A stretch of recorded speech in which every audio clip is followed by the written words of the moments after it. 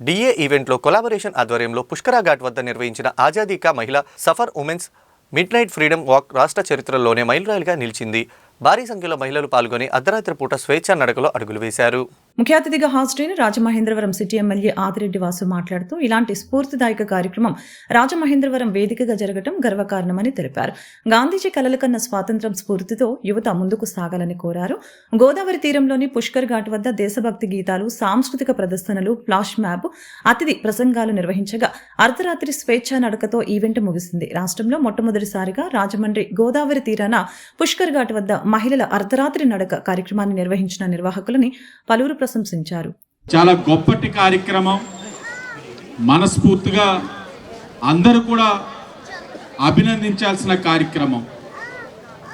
మనందరం కూడా రాజకీయ నాయకులుగా అవకాశం ఉన్నప్పుడల్లా చెప్తాం, మహిళల్ని గౌరవించాలి, మహిళల్ని పూజించాలి, మహిళలకి ప్రాధాన్యత ఇవ్వాలని.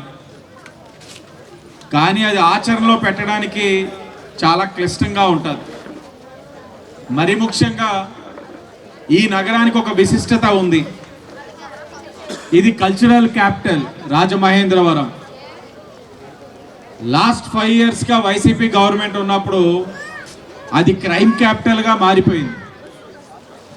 క్రైమ్ క్యాపిటల్గా మారిన నగరాన్ని మళ్ళా కల్చరల్ క్యాపిటల్గా మార్చడానికి అన్ని విధాలుగా ప్రయత్నాలు చేస్తూ ఉన్నాం.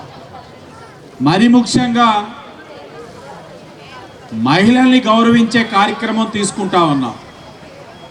మేము కూటమి ముందు నుంచి చెప్పేవాళ్ళం, మహిళలు ఈ నగరంలో సురక్షితంగా ఉండాలి, ఈ మహిళలు ఏదైతే నగరంలో నివసిస్తూ ఉన్నారో ధైర్యంగా తిరగగలగాలి, ఆ అవకాశం కల్పించాలని మేము అనేక సందర్భాల్లో చెప్పేవాళ్ళం.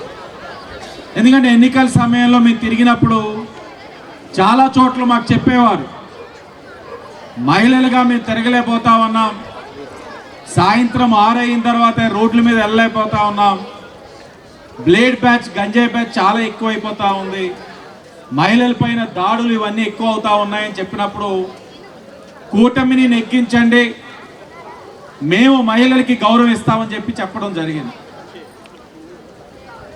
అందరూ ఆశీర్వదించారు. ముఖ్యమంత్రిగా చంద్రబాబు నాయుడు గారు, ఉప ముఖ్యమంత్రిగా పవన్ కళ్యాణ్ గారు,